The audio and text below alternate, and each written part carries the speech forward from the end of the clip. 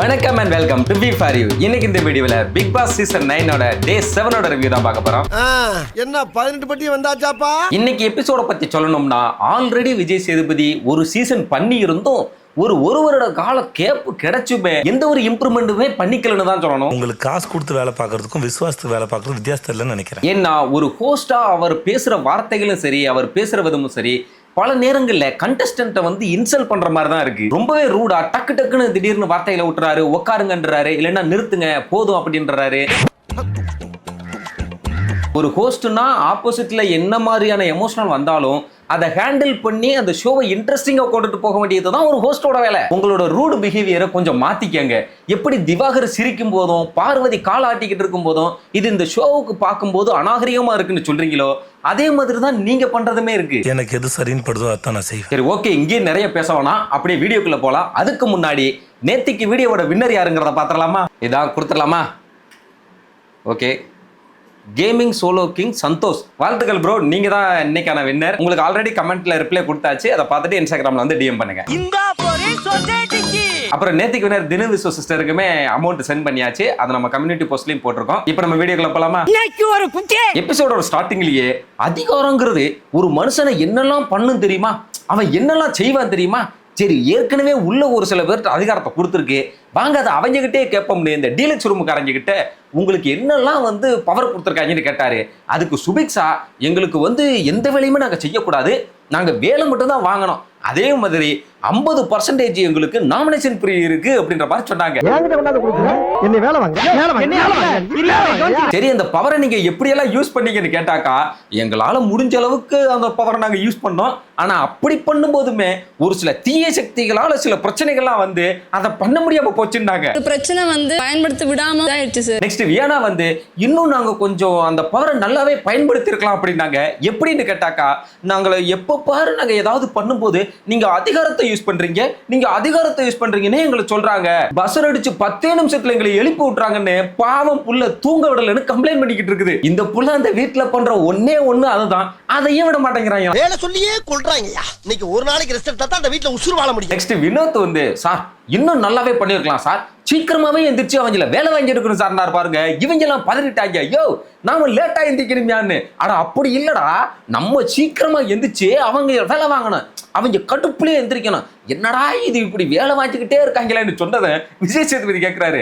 ஏன் வினோத்து, இது இப்பதான் உங்களுக்கு தோணுச்சா இல்ல முன்னாடியே தோணுச்சான்னு கேட்டா, எனக்கு முன்னாடியே தோணுச்சு சார், ஆனா நானே லேட்டா தான் எந்திப்பேங்கிறாரு. இப்படி இவங்களே சோம்பேறியா இருந்தா அவங்கள எங்கிட்ட இருந்து வேலை வாங்குறது. நெக்ஸ்ட் அரோரா வந்து, சார் நாங்க என்ன வேலை சொன்னாலும் செய்யவே மாட்டேங்கிறாங்க சார், இந்த பார்வதி கிட்ட ஏதாவது சொன்னாக்கா மேக்கப் போட போறேன், குளிக்க போறேன், எதையாவது சொல்லி வர மாட்டேங்குது. திவாகரை கூப்பிட்டாக்கா அவரு நான் லவ் கண்டென்ட் பண்ண போறேன்னு சொல்லிட்டு அவரு வர மாட்டேங்கிறாரு.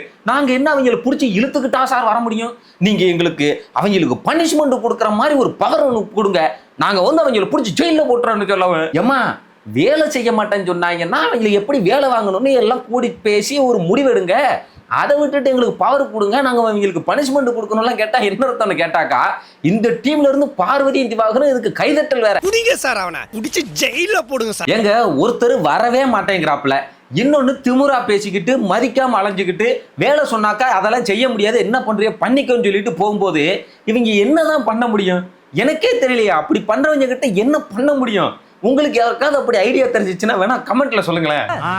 சொல்றாங்க. நெக்ஸ்ட் டைரக்டர் வந்து, எங்களுக்கு இப்பதான் சார் விஷயமே புரிஞ்சுது, நாங்க தான் ஒரு ஜட்ஜா இருந்து இந்த வீட்டோட கேப்டனே செலக்ட் பண்ற அளவுக்கு ஒரு பொறுப்புல இருக்கோம், நாங்க ரொம்ப இம்பார்ட்டன்ட் இந்த வீட்டுக்கு, நாங்க ஒரு ரோல் மாடலா இருக்கணும், சோ இனிமே நாங்க எல்லாரும் சேர்ந்து கூடி பேசி என்ன பண்ணணும்னு முடிவெடுக்க போறோங்கிற மாதிரி சொன்னாரு. அதுக்கு உடனே விஜய் சேதுபதி, சார் நீங்க ஒண்ணு இந்த ஒட்டுமொத்த வீட்டுக்கே ஜட்ஜ் எல்லாம் இல்ல, அவங்க தான் டாஸ்க் பண்ணுவாங்க, நீங்க சும்மா வெட்டியா இருப்பீங்க, அதனால உங்களுக்கு கொடுக்கப்பட்ட வேலை தான் அது, மற்றபடி நீங்க ஒன்னும் அவ்வளவு பெரிய ஆளுலாம் இல்லைன்னு ஏதோ ஒரு மாதிரி இன்சல்ட்டிங்கா பேசின மாதிரி தான் இருந்தது இந்த வேர்ட்ஸ் எல்லாமே. டாஸ்க் பிக் பாஸ் வீட்டுல இருக்கிறவங்க தான் பண்ணுவாங்கன்னு சொல்லியாச்சு, அந்த லக்ஸரி வீட்டுல இருக்கிறவங்களுக்கு உண்டான பவர் தான் இந்த ஜட்ஜிங்ன்றதும் சொல்லிட்டாங்க.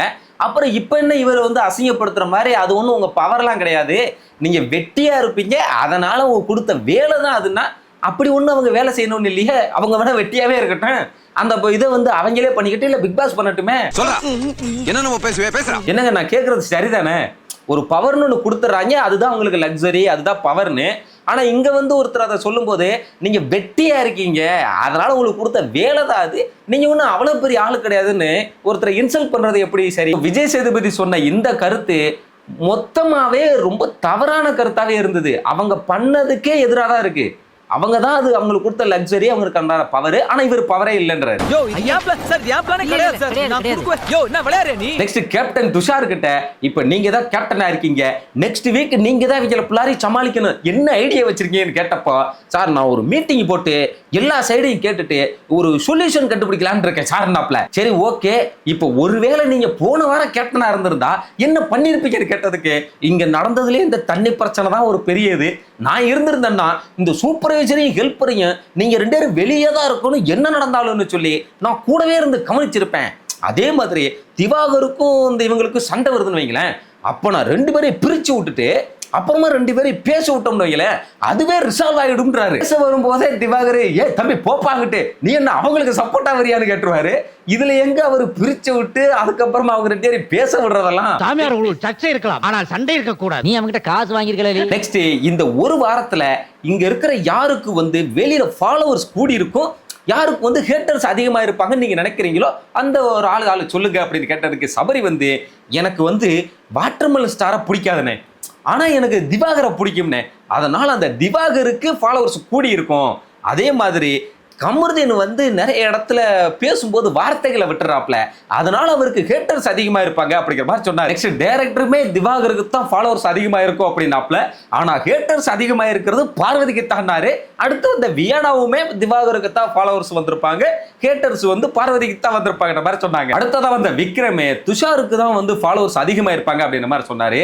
அதே மாதிரி பார்வதி வந்து டைரக்டர் கதை சொல்ல ஆரம்பிக்கும் போதே, சார் ஏதாவது பேசாம டைரக்டா மேட்ருக்கு வாங்கன்னு சொன்னது வந்து ஒரு மேடை நாகரிகமா தெரியல, மேபி அதை மக்களுமே ஹேட் பண்ணியிருப்பாங்க அப்படிங்கிற மாதிரி சொன்னாரு.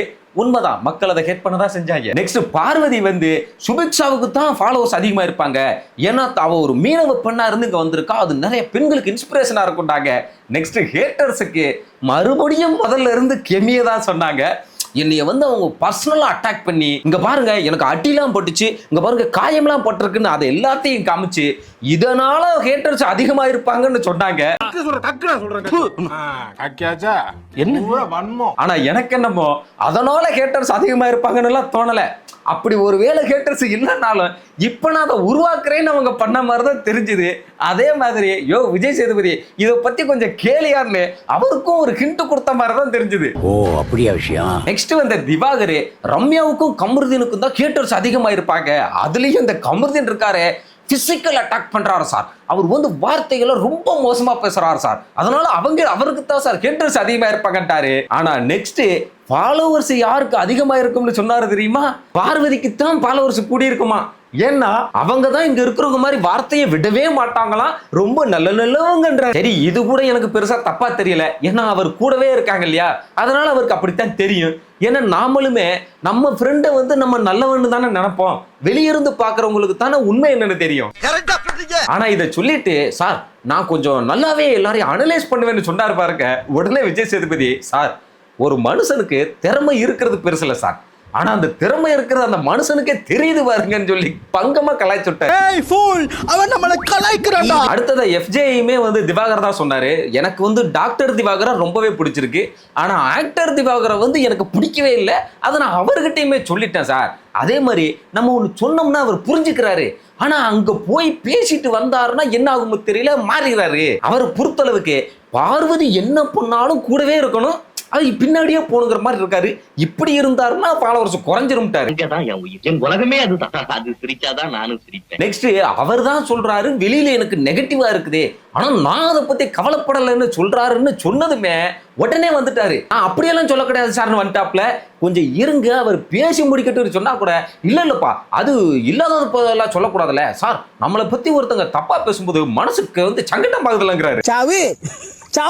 அதுக்கு விஜய் சேதுபதி, திவாகர் அவர் சொல்ல வந்ததே உங்களுக்கு ஃபாலோவர்ஸ் கூடி இருக்கும்னு தான், ஆனா நீங்க அதை கேட்கவே இல்லை, உங்களை பாராட்டும் போது மட்டும் வாங்கிக்கிறீங்கல்ல லாரியா, அது உங்களை பத்தி ஒரு குறை சொன்னா அதை ஏத்துக்க மாட்டீங்களான்னா சார் சாரி சார்னாப்ல. சார் சாரி சொன்னா திருந்தணும், அது இல்லாம எதுக்கு அந்த சாரின் டாப். மொத்தத்துல இவங்க சொன்னதுல திவாகருக்கு தான் அதிகமா ஃபாலோவர்ஸ் கூடி இருக்கும்னு பார்வதிக்கு தான் அதிகமா ஹேட்டர்ஸ் அதிகமா இருக்கும்னு தான் நிறைய பேர் சொன்னாங்க. சொல்ல போனா இது உண்மையும் கூட. கண்டிப்பா பார்வதி பண்ற வேலைக்கு வெளியில ஹேட்டர்ஸ் இன்க்ரீஸ் ஆயிருக்காங்க தான். அதே மாதிரி திவாகருக்கு திடீர் திவாகர் ஃபேன்ஸ் எல்லாம் இங்க உருவாயிருக்காங்க. ஏன்னா வெளியில இருக்கும்போது அவர் மண்டக்கணமா பேசுறதையும் மத்தவங்களை பத்தி கேவலமா பேசுறது மதிக்காம பேசுறத தான் ஆடியன்ஸ் பார்த்திருக்காங்க. ஆனா அவர் உள்ள போனதுக்கு அப்புறமா தான் அவர் காமெடியா பண்றது வெள்ளந்தியா பேசுறது இது எல்லாத்தையும் பார்த்திருக்காங்க.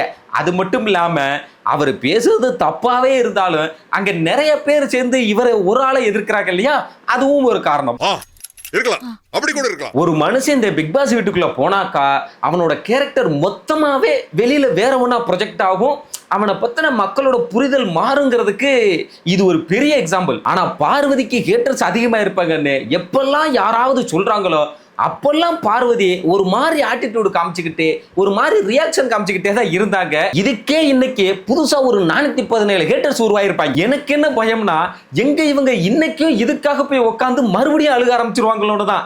அப்படி நடந்துச்சுன்னா எவன் உட்காந்து ரெண்டாவது வாட்டி இதை பாக்குறது? இதுல ஒரே ஒரு ஆளு நம்ம வினோத் மட்டும் குரூப்ல டூப் மாதிரி வியனாவுக்கு தான் ஃபாலோவர்ஸ் அதிகமா இருப்பாங்கன்னு சொல்றாப்ல. அதுக்கு காரணம் அவங்க அமைதியாவே இருந்தாங்க.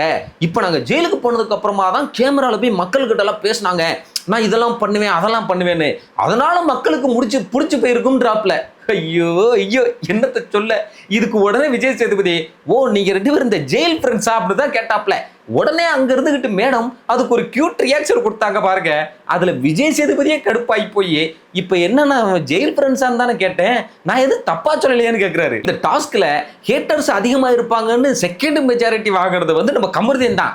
அதுக்கு அவரு பிரேக் விட்டுட்டு போன உடனே ஓட்டுனாரு பாருங்க ஒரு ஓலாக்காரு, அது இந்த காதுல போய் இந்த காதுல வந்துருச்சு. அதாவது ஒளி படத்தான் ஒரு கல் வந்து சிற்பமாகும்னு சொன்னாரு பாருங்க. அதை கேட்ட அரோராவே கடுப்பாயிட்டாங்க.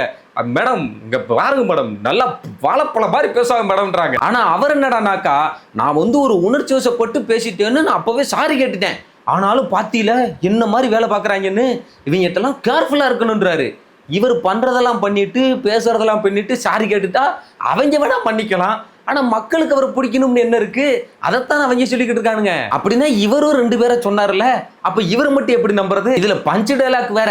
நமக்கு வந்து எல்லாமே கரெக்டா நடக்குதுன்னா நாம ஏதோ தப்பா பண்றோம்னு அர்த்தமா? இந்த பழமொழியை எவன் சொன்னான்னு தெரியல.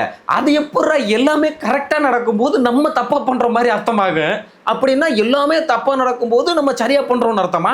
எவனோ ஒருத்தன் அற போதையில உளறினதை கேட்டுட்டு இங்க வந்து சொல்லிக்கிட்டு இதெல்லாம் ஆராய கூடாது, அனுபவிக்கணும். நெக்ஸ்ட் எவிக்ஷன் ப்ராசஸ் போயிட்டாங்க. எப்பயுமே கடைசியா தான் போவாங்க. ஆனா இவரை ரொம்ப நேரம் வச்சுக்க வேணாம், சீக்கிரமா பத்தி விட்டுறோம்னு முடிவு பண்ணிட்டாங்க போல இருக்கு. சீக்கிரமாவே வந்துட்டாங்க. இதுல இந்த வாரம் எவிக்ஷன் இருக்குமா இருக்காதா, அப்படி இருந்தா யாரு போவார்னு நினைக்கிறீங்கன்னு கேட்டாப்ல. இதுல மிக்சடா நிறைய பேர் வந்து நம்ம டைரக்டரையும் அப்சராவையும் தான் சொன்னாங்க. ஆனா இதுல இவங்க சொன்னதுல இருந்து கலையரசனையும் அப்சராவையும் முதலையே சேவிடுன்னு சொல்லிட்டாரு. அப்பவே தெரிஞ்சிருக்கும் நம்ம டைரக்டர் தான் எவிக்ட் ஆகி போனார் இந்த வாரம். டைரக்டராவது பரவாயில்ல, எங்கேயாச்சும் ஏதாவது ஒரு இடத்துலயாவது தெரிஞ்சாரு. அப்சரா எதுவுமே பண்ணல, எங்கேயுமே தெரியல. ஆனா இருந்தாலுமே டைரக்டர் வந்து உள்ள நிறைய பிற்போக்குத்தனமான கருத்துக்கள் எல்லாம் ஒட்டுக்கிட்டு இருக்காரு. இது அவருக்குமே அவர் பேரை கெடுத்துக்கிறதுக்கு பதிலா இது எவ்வளவோ பெட்டர். அப்சராவுக்குமே இது ஒரு பெரிய வாய்ப்பு, இந்த ஒரு வாரம் ஒரு டைம் எடுத்துக்கிறதுக்காக. ஆனா நெக்ஸ்ட் வீக்குமே டைம் எடுத்துக்கிட்டாங்கன்னா அதுக்கு மேல வேஸ்ட் தான். நெக்ஸ்ட் டைரக்டர் கிளம்பும் போது எப்பவும் போல பாசமா கட்டி பிடிச்சி வழி எழுப்பினான்னு பார்த்தா கூட அவர் என்னடானாக்கா யாரும் என் பக்கத்துல வராதிங்க, நான் ஒண்ணு தோத்துட்டெல்லாம் வெளியே போல, என்னைய தோக்கடிக்க யாராலையும் முடியாது, நீங்க எல்லாம் இப்படி பண்றது எனக்கு ஒரு மாதிரி இருக்கு, அங்கிட்டு போங்கன்றாரு. என்னால தோக்கடிக்கலாம் முடியாது, யாராலையும் முடியாது. கேக்குடா முடியுமா? முடியாது. அப்புறமா அவர் போன உடனே பார்வதி வந்து இன்னும் பாய் கூட சொல்லாம போயிட்டாருண்டாங்க. அதுக்கு திவாகர் வந்து சரியா ஒரு விஷயத்த கரெக்டா சொன்னாப்ல. பாரு அவர் பெரிய பெரிய படம்லாம் கொடுத்த டைரக்டர், அதுல ஃபர்ஸ்ட் எலிமினேஷன் வேறையா, கொஞ்சம் கஷ்டமா தான் இருக்கு பாரு அப்படின்னாரு. உண்மையிலேயே மனுஷன் இதெல்லாம் நல்லா தான் பேசுறாரு, ஆனா திடீர்னு ஒரு மாதிரி பேசுறாப்ல. ஃபர்ஸ்ட் எலிமினேஷன் ரொம்ப கஷ்டமா இருக்கும். நெக்ஸ்ட் டைரக்டர் ஸ்டேஜுக்கு வந்ததுமே இந்த பிக் பாஸ் வீடுங்கிறது ஒரு போதி மரம் மாதிரி. இங்க வந்ததுக்கு அப்புறமா எனக்கு ஞானம் வந்திருக்கு, இங்க வந்தா ஒரு 100 ஸ்கிரிப்ட் கூட எழுதிட்டு போலாம்லாம் சொன்னாரு. என்னமா ஃபீல் பண்ணி கூவுறான்டா அவன், என்ன போய் ஜனாதிபதின்னு. அடுத்து விஜய் சேதுபதி சரி உள்ளதான் அவங்க எல்லாம் பேச விடல, இப்பயாவது அவங்க ஒரு பாய் சொல்லிட்டு போறீங்களான்னு கேட்டா இல்ல வேணான்ட்டாரு. இல்லைங்க நீங்க போறீங்கல்ல அதனாலதான் கேட்டேன்னாக்கா நான் எங்க போறேன்னு கேட்கிறாரு. அப்ப போகாம என் கூடவா இருக்க போறீங்கன்னா, ஆமா நான் எங்கேயும் போகல நான் இங்கதான் இருக்கேன்றாரு. என்னடா இவரு என்னென்னமோ உளறிக்கிட்டு இருக்காரு பார்த்தாக்கா அதுக்கு அவர் அர்த்தம் சொல்றாரு. அதாவது அவர் ஒரு ஸ்பேஸ், ஆமா அவர் எல்லா இடத்துலயுமே இருக்காராமா. சரி இப்ப வீட்டுக்குள்ள போலாமான்னு கேட்டா சரின்றாரு. உடனே விஜய் சேதுபதி அப்படின்னா நீங்க இப்போ மேடையிலேயே இருக்கீங்க வீட்டுக்குள்ளேயே இருக்கீங்க இல்லையா சார்னாக்கா எனக்கு புரியலங்கிறாரு. ஏங்க நீங்க தானே சொன்னீங்க நான் எல்லா இடத்துலயும் இருப்பேன்னு சொன்னீங்கன்னதுமே எஸ் ஆமாங்கிறாரு. சப்பா முடியல. இவர் அனுப்புறதுல தப்பே இல்லை, அதுதான் நல்லது. நமக்கு போயாச்சு ஏதாவது புரியுற மாதிரி பேசுவார்னு பார்த்தாக்கா அங்கேயும் போய் நான் இங்கேயும் இருப்பேன் அங்கேயும் இருப்பேன் எங்கேயும் இருப்பேன் சபரி நான் சொல்றது உனக்கு புரியுன்ட்டு போறாரு. சபரிக்கு புரிஞ்ச மாதிரி தான் பேசி அனுப்பிச்சிட வேண்டியது. அதாவது அவர் சொல்றது கரெக்ட் தான், ஆன்மீகம் சார்ந்து சொல்றாரு, அது நல்லதுதான். ஆனா சொல்ற இடம் தான் தப்பு. இங்க சொன்னாலும் புரியாது. இங்க சொல்லும் போது அவர் மட்டும் ஏதோ வித்தியாசமா பேசுற மாதிரி தெரிவாரு. அப்புறமா அவருக்கு ஒரு பயண வீடியோவை போட்டு விட்டு அவரை வழி அனுப்பி வச்சாங்க. ஆக்சுவலா சொல்ல போனா இவர் வந்து இந்த பெண்கள் சார்ந்து பேசுற விஷயங்களை தவிர்த்துட்டீங்கன்னா அவர் பேசுறது நிறைய விஷயங்கள் நல்லதுதான் பேசுறாரு. ஆனா அது ரொம்ப ஸ்பீடா பேசுறாரு. ஆப்போசிட்ல இருக்கிறவங்களை பேச விடாம பேசும்போது தான் அவர் பேச்சுக்கு வந்து இரிட்டேட் ஆயிடுறாங்க. அன்பான பணிவான வணக்கங்கள். நெக்ஸ்ட் விஜய் சேதுபதி வீட்டுக்குள்ள போய் இந்த ஒரு வாரம் வீட்டுல இருந்திருக்கீங்க, இந்த வீடு எப்படி இருக்குங்கிற மாதிரிலாம் கேட்டுட்டு இந்த வீடே நீங்க வந்ததுக்கு அப்புறம் தான் அதுக்கு ஒரு உயிர் வந்திருக்கு, அதை கொஞ்சம் பத்திரமா பாத்துக்கங்க, சின்ன பசங்க மாதிரி பொருள்கள் எல்லாம் போட்டு உடைக்காதீங்கிற மாதிரி ஒரு அட்வைஸ் ஒன்று போட்டு விட்டாரு. ஏன்னா ஆளாளுக்கு எதையாவது உடைக்கிறாங்க. இந்த எஃப்ஜி எல்லாம் அந்த கிளாஸ் டேபிள்ல டம்முன்னு குத்துறாரு. கிவ்அவேக்கான கொஸ்டின் என்னன்னு கேட்டீங்கன்னா நான் ஆல்ரெடி ஸ்டார்டிங்லேயே ஒரு கொஸ்டின் கேட்டிருப்பேன். அந்த ஆப்போனன்ட்ல இருக்கிற பிக் பாஸ் வீட்டுக்காரங்க வந்து வேலை செய்ய மாட்டேன்னு வம்படியா இருக்கும்போது இவனுக்கு என்ன செய்ய முடியும் அப்படின்றதுக்கான ஐடியா யார் நல்ல ஐடியா கொடுக்குறீங்க அப்படின்றத பார்க்கலாம். இதுதான் இன்னைக்கான உங்களுக்கு கொஸ்டின். ரொம்ப அருமையா சொன்னீங்க கேப்டன். நெக்ஸ்ட் சபரியும் கமருதின்னு மட்டும் இல்லாம நான் உங்ககிட்ட பேசணும்னு சொல்லி அவங்கள வெளியே அனுப்பி விட்டுட்டு திரும்பவும் அவங்கள உள்ள கூப்பிட்டு வெளியே போனீங்களே எப்படி இருந்துச்சு, வெளியில நான் ஒரு சர்ப்ரைஸ் வச்சிருந்தேன் பார்த்தீங்களான்னு கேட்டாரு. பார்த்துட்டு அன்னையே டேங்க் இல்லைன்னு சொல்லி ஆளாளுக்கு கத்துறாங்க. அதாவது டேங்கை எடுத்துட்டாங்க, இனிமே தண்ணி வந்து பாரபட்சம் பார்க்காம வருமாமா, இனிமேலாவது இவனுக்கு குளிச்சு கொஞ்சம் சுத்தமத்தமா இருப்பானுங்கன்னு நினைக்கிறேன். ஏன்னா ஆல்ரெடி கன்னட பிக் பாஸ்ல இப்படிதான் என்விரான்மெண்டல் ரூல்ஸ் எல்லாம் ஃபாலோ பண்ணலன்னு சொல்லி பாதியிலே இழுத்து மூடிட்டாங்க. அதனால கொஞ்சம் பயலுக்கு பயந்துட்டாங்க போல் இருக்கு. எங்க இந்த பக்கம் வந்துருவாங்களோ, இவனுங்க எல்லாம் குளிக்காம சுத்தமத்தம் இல்லாம பாத்ரூம் கழுவாம தெரியுறாங்க, இது இழுத்து முடுங்கன்னு சொல்லிடுவாங்களோன்னு பயலுக்கு கொஞ்சம் உஷாராயிட்டாங்க போல. நெக்ஸ்ட் ஆதிரை இந்த மாஸ்க் கலட்டி தூக்கி போட்ட விஷயத்தை பத்தி பேசினாரு. இந்த பிக் பாஸ் வீட்டுக்குன்னு ஒரு சட்டத்திட்டம் இருக்கு, ஒரு ரூல்ஸ் இருக்கு. இதுல பிக் பாஸ் மேலேயோ இல்ல ஹோஸ்ட் எம் மேலேயோ ஒரு விமர்சனம் வச்சு ஏதாவது புரோஜனம் இருக்கான்னு கேட்டாரு. அது வேற ஒண்ணும் இல்லைங்கயா, பிளட் ரிலேஷன். அப்படி நேத்துக்கு வீடியோவில் தான் சொன்னேன், இவங்கெல்லாம் பேசுறது இவங்க பண்றதெல்லாம் பார்க்கும்போது ஏற்கனவே 7வது சீசன்ல யாரையோ பார்த்த மாதிரி இருக்குன்னு. அப்போ சத்தியமா தெரியாம தாங்க சொன்னேன். இன்னைக்கு காலையில தான் விஷயம் தெரியும். இவங்க தான் பூர்ணிமா ரவியோட தங்கச்சியாமா. அவங்க 7வது சீசன்ல உள்ள இருக்கும்போது மேடம் தான் வெளியிருந்து அவங்களுக்கு வந்து பிஆர் வேலை பார்த்திருக்காங்க. இப்ப இவங்களுக்காக மாயாவும் பூர்ணிமாவும் வெளியில இருந்து பிஆர் வேலை பார்த்துக்கிட்டு இருக்காங்களாம். அப்போ நான் உள்ள நான் வெளியே. ஒரு 4-5 நாளைக்கு முன்னாடி தாங்க நானும் நம்ம எம்டி அஜித் பேசிட்டு இருக்கும்போது அவர் கேட்டாரு, என்னங்க இது ஆதிரை யாருன்னே தெரியாது, திடீர்னு பார்த்தா ஆரம்பம் ஸ்டார்டிங் ஃபர்ஸ்ட் வீக்லயே அவங்களுக்கு ட்விட்டர்ல ரொம்ப சப்போர்ட் இருக்கு அப்படின்னு. அப்போ கூட நாங்கள் பேசிக்கிட்டோம், என்னங்க அந்த பிள்ளை கரெக்டாக பேசுது, நமக்கே வந்து அது பண்ணுறது சரின்னு தோணும்போது ஆடியன்ஸுக்கும் கரெக்டாக தோணி இருக்கும்ல, ஜெனியூனான ஆடியன்ஸாக கூட அந்த ஃபாலோவர்ஸாக கூட இருக்கலாம் அப்படின்ற மாதிரி பேசிட்டு இருந்தோம். ஆனால் இப்போதானே தெரியுது அதெல்லாமே வெளியில் இருக்கிற பிஆர் டீம்னு. அப்புறம் தான் எனக்கு தெரிஞ்சதுங்க அவங்க என்ன ஏமாத்திருக்காங்க. அப்புறம் ஒரு சில பேர் வந்து இந்த பிஆர் டீமை நீங்கள் எக்ஸ்போஸ் பண்ணுங்கன்னு சொல்லிட்டு வருவீங்க. போன சீசன்ல ஒரு பிஆர் டீம் எக்ஸ்போஸ் பண்ணணும்னு நான் பட்ட பாடு எனக்கு தான் தெரியும். அதனால அது நமக்கு தேவையே இல்லை. அவங்க சரியா பண்ணாங்கன்னா அவங்க சரியா தான் பண்றாங்கன்னு தான் நான் சொல்லுவேன். இதை நான் உங்களுக்கு சொல்றேன். அதே மாதிரி அவங்க தப்பு பண்ணாங்கன்னா அவங்க பண்றது தப்புன்னு தான் சொல்லுவேன். இதை நான் ஆதிரையோட பிஆர் டீமுக்கு சொல்லிக்கிறேன். எனக்கு உறவு முக்கியம் இல்லடா, நீடா நியாயம்டா நேர்மைடா. சரி ஓகே, நம்ம இந்த மேட்டருக்கு வருவோம். நெக்ஸ்ட் விஜய் சேதுபதி அந்த டாஸ்க்குக்கான மேட்டரை வந்து எக்ஸ்பிளைன் பண்ணாப்ல. ஒரு துணி ஒன்று இருக்கு, அதை வச்சு வாயை கட்டிக்கலாம். அப்புறம் ஒரு டிஷர்ட் ஒன்று இருக்கு, ஒரு மாஸ்க் ஒன்று இருக்கு, அதை எடுத்து போட்டுக்கலாம். அந்த துணியை வச்சு வாயை கட்டிக்கிட்டு பேசாமையே என்னால இருக்க முடியும்னு நம்புறது இருக்குதுல்ல, அதுதான் அவரோட தகுதி. அந்த தைரியமா எடுக்கிற அந்த முடிவை தான் எடுக்க சொல்றதே. இப்போ பிரவீன் வந்து அந்த டிஷர்ட்டை போட்டிருக்காருல்ல, இது எவ்வளவு நாள் அப்படியே போட்டிருக்க வச்சிட போறாங்க சொல்லுங்களேன். நீங்களே லாஜிக்கை வச்சு பாருங்க.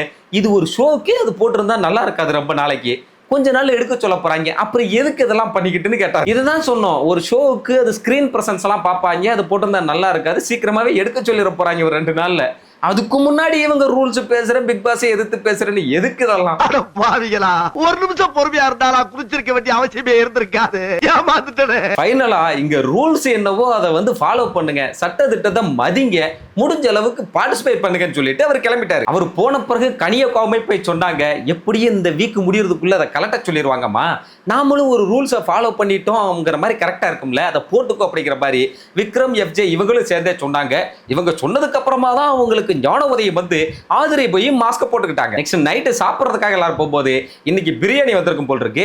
அதை பார்வதி சாப்பிட போகும்போது நம்ம சபரி சொன்னாப்ல, பார்வதி எல்லாருமே கப்புல அளவு வச்சு தான் எடுத்துக்கிட்டு இருக்காங்க, நீ இதுல கொஞ்சம் எடுத்துக்கண்டாங்க. ஆனா அதுக்கு அவங்க, ஆஹா நான் மத்தியானமே சாப்பிடல, எனக்கு கிடைக்கவே இல்லை, அது மட்டும் இல்லாமல் அந்த கப்பளவுக்குலாம் நான் எடுக்க மாட்டேன், நான் கொஞ்சமாக தான் எடுப்பேன், நான் பிளேட்லேயே தான் டேரெக்டாக போடுவேன் இவங்க சொல்ல. அவர் ஏம்மா அது இருந்துட்டு போட்டும், இருந்தாலும் இதை கொஞ்சம் ஃபாலோ பண்ணேன், நம்ம ஒரு 100 நாளைக்கு ஃபாலோ பண்ணி தான் பார்ப்போமே என்ன சொன்னாலும் அவங்க கேட்கல. இதுக்கு பார்வதி என்ன சொல்றாங்கன்னா, இது காமனான சாப்பாடு தானக்கா, நான் நிறைய எடுத்தாலாவது நீங்க சொல்லலாம்னாங்க. அதுக்கு அவங்க, ஏம்மா காமனான சாப்பாடாவே இருந்தாலும் எல்லாருக்கும் அது வரணும்லன்றாங்க.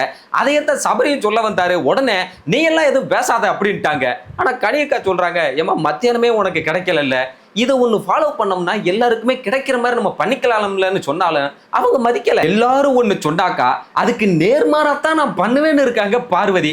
இதுக்கு அவங்க சொல்ற ரீசன் என்னன்னாக்கா, நேற்றுக்கு வெசல் வாசு கூட தான் பண்ணல, அந்த ரூலை நம்ம ஃபாலோ பண்ணோமா இன்னைக்கு பிளேட் கிடைக்கலன்றாங்க. சொன்னாலுமே இப்போ நான் எவ்வளவு எடுத்துட்டேன், கம்மியா தானே எடுத்தேன், அப்போ நான் இப்போ எடுத்ததான் உங்க எல்லாருக்கும் பிரச்சனை அப்படின்ட்டாங்க. கரெக்டா அப்ப திவாகர் வேற வந்து, எப்போ அவங்க கம்மியா தான்ப்பா எடுத்தாங்கன்னு அவங்களுக்கு சப்போர்ட் வர எல்லாரும் கடுப்பாயிட்டாங்க. இப்ப யாரும் அவங்க அதிகமா எடுத்துட்டாங்கன்னு சொல்லல, கப்புல எடுத்தா என்னன்னு தான் கேட்கறாங்கன்னு சொன்னாக்கா அது அநாகரிகமா இருக்கும்ல பாடுறாப்ல. உடனே ஆதிரை, நீங்க ஹோட்டலுக்கு போனா உங்களுக்கு எதுல தர்றாங்கன்னு கேட்டாங்க. கரெக்ட் தான், எல்லா ஹோட்டல்லையுமே பிரியாணி சாப்பிட்டீங்கன்னா அங்க உங்களுக்கு ஒரு கப்புல தான் தர்றாங்க, ஒரு பாத்திரத்துல. இதுல என்ன இருக்குன்னு இவ்வளவு பிரச்சனை பண்ணணும்னு தெரியல. ஆனா பிரச்சனை பண்ணவங்க அவங்க பாட்டுக்கு போய் அங்க சாப்பிட போயிட்டாங்க. இங்க திவாகர் தான் மாட்டிக்கிட்டாரு. எஃப்ஜே திவாகர் கிட்ட, அண்ணே நீ வந்து சாப்பாடு கேட்டீல, கப்பு தரோம்னு சொன்னோம்ல, அப்ப நீ சரின்னு போனீல, இப்ப பாரு கேட்கும்போது மட்டும் நீ ஏன் வந்து பேசுற, உனக்கு ஒண்ணுன்னா நீ கேளுனே, பாருக்காக வந்து பேசாதானே. ஆனா திவாகர் ஒரு ஆளுக்கு சாப்பாட்டுக்கு இப்படி பேசி எல்லாரும் இப்படி பண்றது சரியா, அநாகரிகமா இருக்குது இல்லன்றாப்ல. யாரும் சாப்பிட விடாமலாம் அனுப்பல, அந்தம்மா அது பாட்டுக்கு எவன் சொல்றதை கேட்காம போய் அந்த பக்கம் உட்காந்து சாப்பிட்டுக்கிட்டு தான் இருக்கு. ஆனா இவர் தான் இங்க தேவையில்லாம சாப்பிட விடாம அனுப்பிட்டாங்கன்னு பேசிக்கிட்டு இருக்காரு. அவர் அப்படி சொன்னதுல சபரி வந்து ஹர்ட் ஆயிட்டாப்ல, அண்ணே அப்படி பேசாதனே, அப்படிலாம் வார்த்தையை விடாதனே அப்படிங்கிற மாதிரி ஹர்ட் ஆயிட்டு அப்புறமா பார்வதி கிட்ட போய் சொல்றாப்ல, நான் யாருக்குமே பயாஸ்டா இருக்கிறது இல்ல பார்வதி, உனக்கு சாப்பாடு கம்மியா வேணும்னா ஹாஃப் கப்பு வேணும்னு கேட்டா நான் பாதி வைக்க போறேன், இல்ல கொஞ்சமா தான் வேணும்னு கேட்டா நான் கொஞ்சமா வைக்க போறேன்னு சொன்னாக்கா, சபரி நீ வந்து இது உனக்கு பொறுப்பு கிடையாது, நீயாவே வந்து இந்த பரிமாறுறத ஒரு வாலண்டியரா தான் பண்ற இல்லையா, ஒரு வாலண்டியர் கிட்ட கேட்டுட்டு தான் நான் சாப்பிடணும்னு இல்லை, எனக்கு வேணுங்கிறத நானே போட்டு சாப்பிட்டுப்பேன்னு சொல்றாங்க. இவங்களுக்கு யாராவது வேலை சொன்னா பிடிக்காது, கேப்டனே சொன்னாலும் கேப்டனையும் மதிக்க மாட்டாங்க. வாலண்டியர் ஒருத்தன் பண்ண வந்தா வாலண்டியர்கிட்ட கேட்டுட்டு தான் சாப்பிடணும்னு இல்லைன்னு கௌரவம் வேற பார்ப்பாங்க. அப்புறம் எதுக்கு இந்த பிக் பாஸ் வீட்டுக்கு வரணும்?